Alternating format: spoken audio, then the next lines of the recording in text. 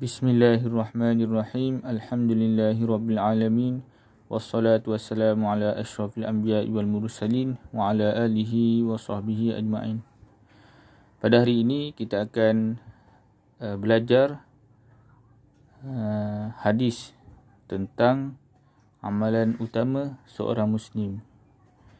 Apakah amalan utama seorang Muslim yang telah disebutkan oleh Rasulullah SAW? Okey, pelajar-pelajar, murid-murid boleh buka buku hadis tahun 3 muka surat 7. Pelajaran 2, amalan utama seorang Muslim. Okey, dekat sini ada beberapa gambar. Gambar dan tulisan. Tengok. Ada gambar ibu bapa, ada gambar orang yang tengah solat. Okey, tengok. Apa yang nak dikaitkan dengan hadis Nabi SAW. Okey.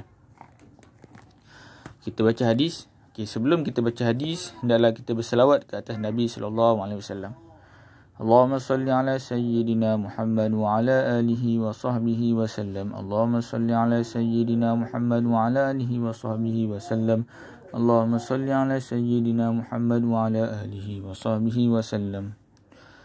An Abdullah bin Mas'ud radhiyallahu anhu anin Nabi sallallahu alaihi wasallam qala afdalul a'mali awil amali as-salatu liwaqtiha wa birrul walidaini.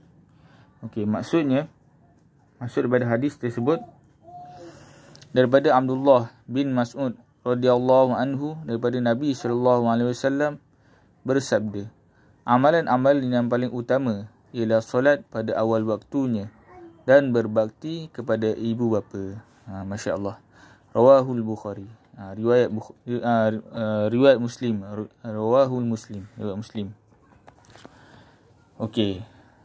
Rumusan daripada hadis Nabi SAW. Nabi kata apa? Nabi kata amalan yang paling utama. Mana amalan yang paling tinggi.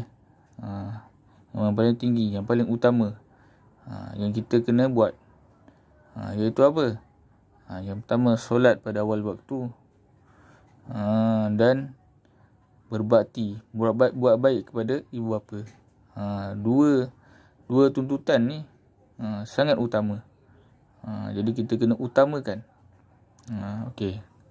Ke bawah tu dia tulis sanad, matan, perawi. Sanad yang berwarna merah, matan yang warna biru, perawi yang warna hijau. Okey. Sebelah ni mari hafaz. Jadi salah satu tugasan ustaz minta hafalkan hadis Nabi SAW tersebut. Okey. Tengok seterusnya. Kelebihan solat di awal waktu. Okey, yang pertama dulu kita ambil ada dua bahagian, dua jenis amalan yang paling utama tu. Okey, yang pertama kita cerita solat dulu. Kelebihan solat di awal waktu. Apa kelebihan dia? Kita boleh, yang pertama, menepati masa.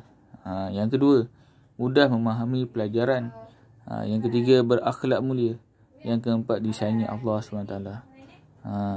Maka kita buat perintah Allah SWT, kita dapat pahala, kita dapat masuk syurga, kita dapat hati menjadi tenang, macam-macam. Banyak lagi kelebihan solat di awal waktu. Murah rezeki, pelajaran pun mudah masuk. Okey. Kata info kat sini, inna solata tanha anil fahsya'i wal munkar. Sesungguhnya solat itu mencegah daripada perkara keji dan munkar. Firman Allah SWT. Okey. Yang kedua, tadi amalan yang paling utama, yang kedua apa?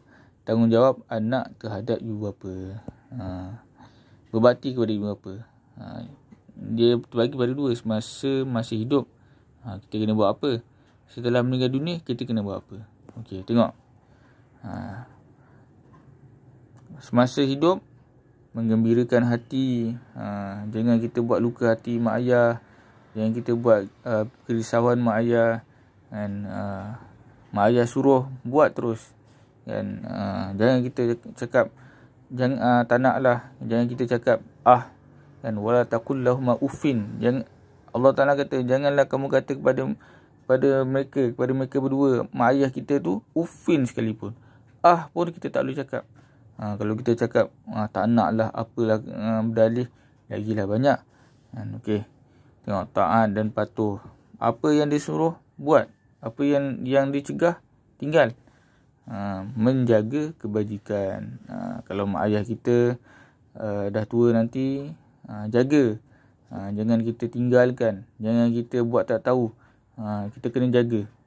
Sebab apa? Itulah tanggungjawab anak kepada ibu bapa. Sebab besar pahala kalau kita taat, kita buat, dan kita berbakti pada ibu bapa. Okey, yang kedua, setelah meninggal dunia, bila ibu bapa kita takdir Allah SWT telah meninggal dunia, kita kena buat apa? Pertama, mohon keampunan. Masa hidup pun kita kena mohon keampunan. Dan kita mohon, kita doa. Dan doa nanti selepas nanti kita hafal. Melakukan amal soleh. Dan setiap amal soleh seorang anak tu, mak ayah dia dapat. Walaupun anak dia tak berdoa. Contohnya anak dia baca Bismillahirrahmanirrahim, baca Quran, Bismillah je. Bismillahirrahmanirrahim. Allah SWT akan